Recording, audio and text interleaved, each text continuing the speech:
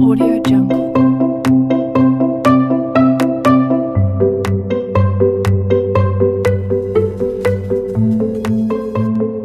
Audio Jungle. Kita lanjut. Jadi tadi kan udah diketahui tuh udah pernah. Assalamualaikum warahmatullahi wabarakatuh. Kembali lagi di Dika Damai Channel. Di kesempatan hari ini aku akan sharing dan review ke kalian tentang suatu materi fisika yang berjudul elastisitas bahan. Oke, untuk kalian yang belum subscribe di channel ini, silahkan subscribe channel ini ya. Dan juga jangan lupa untuk like dan komen di video ini. Selamat menyaksikan. Oke, sebelum kita masuk ke materi, aku punya pertanyaan buat kalian. Aku punya sebuah benda, ini kalian pasti tahu kan ini apa? Ini tuh adalah karet. Nah, ketika kalian mencoba untuk memberikan gaya terhadap si karet ini kan berubah nih, jadi panjang kan. Terus tiba-tiba aku lepas lagi nih, dia kembali ke bentuk awalnya. Kembali lagi kan ke bentuk semula, aku tarik lagi, kembali lagi ke bentuk semula. Jadi karet ini meskipun diberikan gaya, dia akan kembali ke bentuk awalnya. Nah, beda halnya dengan aku punya sedotan. Kalau aku tarik keras-keras sedotan, aku tarik keras-keras, putus. Dia bisa nggak kembali ke bentuk awalnya? Nggak bisa kan? 2,000 years later. Jadi dari contoh yang tadi aku udah jelasin, kita bisa mengenal jenis benda. Benda yang pertama adalah benda elastis, dan benda yang kedua adalah benda plastis. Apa sih yang dimaksud dengan benda elastis? Benda elastis itu merupakan sebuah benda yang ketika kita berikan gaya, dia akan kembali ke bentuk awalnya atau bentuk semula. Nah, beda halnya dengan benda plastis. Benda plastis ini ketika kita berikan gaya, dia tidak akan bisa kembali ke bentuk awalnya. Nah, apa aja sih contoh dari benda elastis? Teng. Audio Jungle. Dan apa aja sih contoh dari benda plastis? Teng. Audio Jungle. Oke, sebelum kita bahas tentang materi elastisitas lebih lanjut, ada baiknya kita untuk menemukan sebuah relevansinya ataupun hubungannya antara elastisitas dengan kehidupan sehari-hari kita. Sebelumnya aku pengen tanya, kalian pernah nggak mengendarai ataupun pernah merasakan berada di dalam sebuah kendaraan ini? Teng. Nah, pasti pernah ya. Nah, ternyata baik di mobil ataupun di motor itu ada sebuah komponen yang namanya shock breaker. Nah, itu merupakan penerapan dari elastisitas. Jadi, kenapa sih kita nggak ngerasain goncangan yang hebat ketika ada polisi tidur, terus mobil ngelewatin polisi tidur, kenapa sih nggak tergoncang hebat gitu? Bahkan goncangannya bisa nggak kerasa gitu loh untuk beberapa mobil-mobil yang cukup mewah gitu kan. Karena ada penerapan elastisitas pada konsep si shock breaker tersebut. Dan banyak lagi penerapan elastisitas bahan itu untuk kehidupan kita sehari-hari. Kayak misalkan untuk pembangunan rumah, jembatan, lain-lain, pesawat, dan segala macam halnya yang kalian bisa temukan relevansinya juga. Oke, kita fokus ke benda elastis ini. Jadi benda elastis ini memiliki sebuah sifat yang dinamakan elastisitas. Jadi elastisitas ini adalah kemampuan suatu benda yang ketika diberikan gaya untuk kembali ke bentuk awalnya. Nah, benda-benda elastis ini atau yang dari sifat elastisitas ini bisa mempengaruhi perubahan bentuk benda atau yang dinamakan dengan deformasi, perubahan bentuk atau ukuran yang disebabkan karena pengaruh gaya. Oke, nah jenis-jenis deformasi pada benda yang elastis itu terbagi menjadi dua. Yang pertama itu adalah tegangan. Tegangan itu menunjukkan kekuatan gaya yang menyebabkan benda itu bisa berubah bentuk.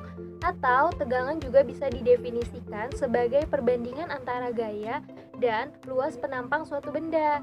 Jadi, ketika kita memberikan gaya yang besar, maka otomatis tegangannya juga akan besar. Nah, tegangan itu berbanding terbalik dengan luas penampang. Jadi ketika luas penampangnya kita buat kecil, maka tegangannya akan besar.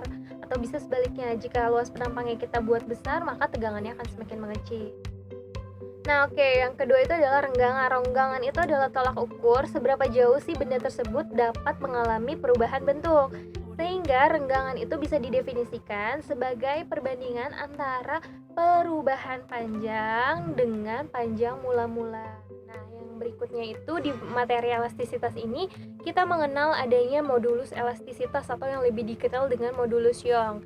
Jadi elastisitas ini merupakan besaran nilai yang menunjukkan seberapa elastis si benda tersebut. Modulus elastisitas juga bisa didefinisikan sebagai perbandingan antara tegangan dan renggangan, atau bisa diformulasikan sebagai rumus berikut.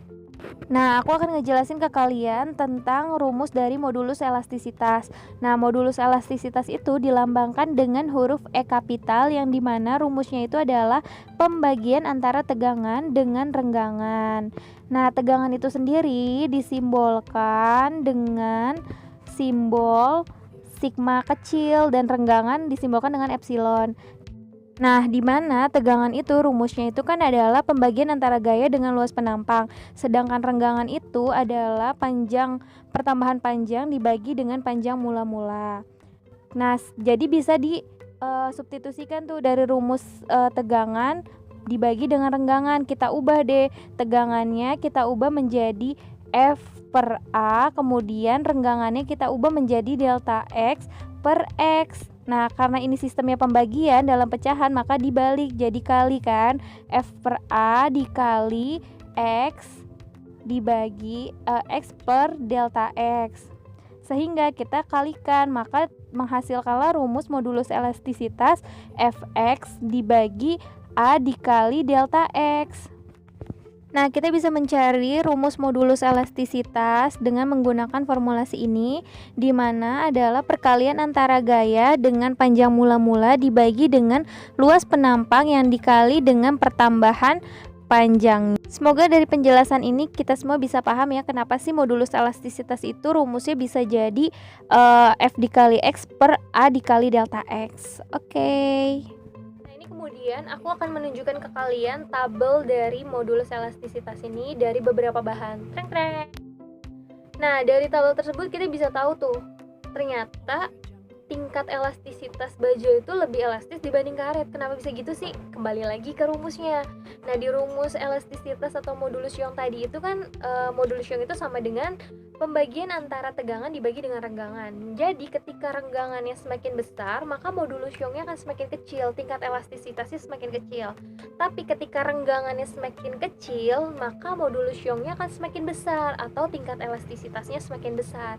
Nah, renggangan dari si baja ini jauh lebih kecil dibanding renggangan si karet. Jadi elastisitas baja jauh lebih besar dibanding elastisitas karet. Sampai sini paham ya, mana yang lebih elastis antara baja atau karet. Oke, untuk bisa memahami materi yang tadi aku sharing ke kalian, aku punya sebuah contoh soal untuk bisa memahami materi ini lebih baik lagi, yaitu adalah sebuah kawat yang panjangnya 1,5 meter dan luas penampang 4 mm persegi ketika ditarik dengan gaya 120 Newton bertambah panjang nih jadi 3 mm. Nah, tentukanlah modulus Young dari kawat tersebut.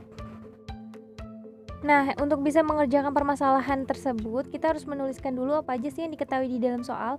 Yang pertama itu adalah gaya atau S sebesar 120 Newton. Kemudian ada luas penampang atau A sebesar 4 mm persegi. Kemudian ada panjang kawat atau X sebesar 1,5 meter dan pertambahan panjang delta X sebesar 3 mm.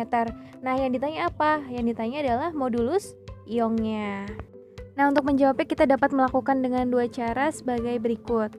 Ini merupakan penjelasan dari cara yang pertama. Pada cara pertama ini kita tentukan dulu nih besar tegangannya berapa, renggangannya berapa. Nanti kita baru cari modulus Youngnya berapa. Nah, tegangannya itu kan pakai rumus yang F per A kan, tinggal dimasukin aja deh nilainya berapa dan ketemu tuh hasilnya tegangannya berapa. Nah, ketika renggangan juga sama, tinggal dimasukkan aja deh nilainya delta X per X. Nah, ketemu deh nilai renggangannya berapa. Nanti untuk mencari modulus Youngnya tinggal membagi antara tegangan dibagi dengan renggangan. Bisa juga dilakukan dengan cara yang kedua, yaitu langsung masukin ke rumus modulus Young yang udah kita cari dengan penjelasan sebelumnya, yaitu E sama dengan Fx per A dikali delta X, sehingga ditemukan hasil yang sama juga dengan cara yang pertama. Oke, sekian sharing belajar fisika hari ini. Kurang lebihnya mohon maaf. Wassalamualaikum warahmatullahi wabarakatuh.